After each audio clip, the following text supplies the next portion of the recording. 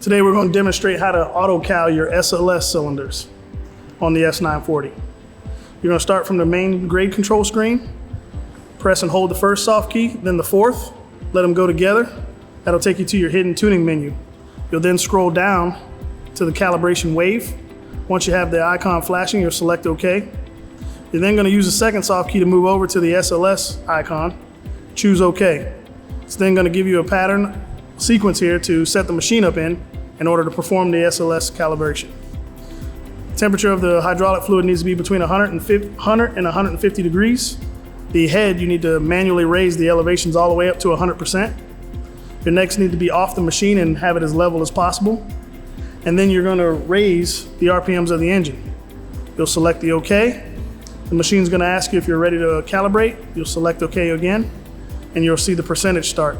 Machine's going to start at 0, working its way to 100%, 25 at a time.